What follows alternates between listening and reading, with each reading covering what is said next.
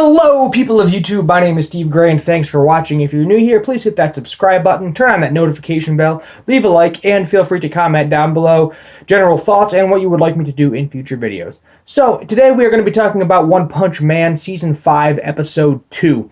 And we get to see some juicy fighting, some more metal bat craziness, etc. And we are learning that there is some sort of League of Villains similar to My Hero Academia, and they are going after high-ranking officers in the heroes world. Not really sure why, what their motives are, who is the head of them currently, but I guess we just have to wait and see. Initially, I thought it was something to do with that guy that was in the, I think it was either the first or second episode, where Goro came out of basically nowhere and killed all those villains, but I don't think it has to do with that part with the Hero Association. But we get to see Goro and Metal Bat fight, and Metal Bat, he's got some chops, let me tell you, but I think just fighting the giant centipede thing, whatever the hell that thing's name is, wore him down quite a bit. So it was very hard for him to defeat Goro. But minus that, Goro didn't seem like he was even really struggling too much at all once he kind of went full power. We got to see Saitama getting ready to fight. That's basically it for Saitama. Saitama didn't really have a big part in this episode, even though he's like the main character.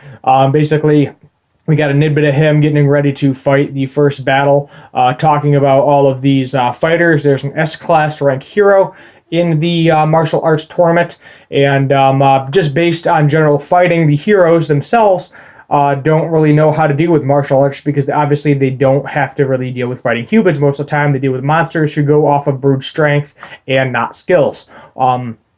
So that's why Goro is having an easy time defeating all of these guys, because most of the time it is semi-skilled versus brute strength, and most of the time the semi-skilled people are better off and more well-known knowing what to do. Whoever it is, one of the heads of the Heroes Association's kid gets kidnapped in the episode. Yet again, we do not know why. I was thinking the commissioner himself would get kidnapped, but I'm assuming they're kidnapping a child more to be more evil and make a point. We learn Goro has more of a soft spot for children because there was some sort of slime monster and some sort of phoenix dude. I think it was just a costume, but I could be wrong. But like he sticks his hand out of the feather, so I'm assuming there's a dude underneath there. But the slime monster was like, "Oh, let's hurt this Metal Bat's young sister to make a point," and then Goro comes out of nowhere and just smashes the crap out of the guy, both protecting him and protecting Metal Bat's sister at the same time. Also, I want to point out, is Metal Bat's sister secretly OP? Because she like taps him on the back of the head and like knocks his butt out. I mean, at that point, he was already done fighting Goro, and he lost a lot of blood, etc., but we don't really know. The Centipede Monster, all of these villains, all these heroes come out. Some Class A heroes, some Class S heroes come out to fight some villains. We get to see Silver Fang almost abuse his power in this episode. I think he's just so pissed off that Goro's out there hurting people, hurting heroes, that he basically found one villain that was slightly in his way and literally demolished him, like almost killed him, or did kill him, possibly. We're not really sure what happened with that villain. I'm assuming he killed him. By the way, it looked like he battered the crap out of him, but we don't really know. And then we are left off with the episode of Saitama in the martial arts tournament, ready to fight his first enemy, and the first guy he's going to fight wants to crush him so bad and thinks he's super weak by the way he looks, but he doesn't know what's coming. He's gonna get wrecked in like one frigging hit.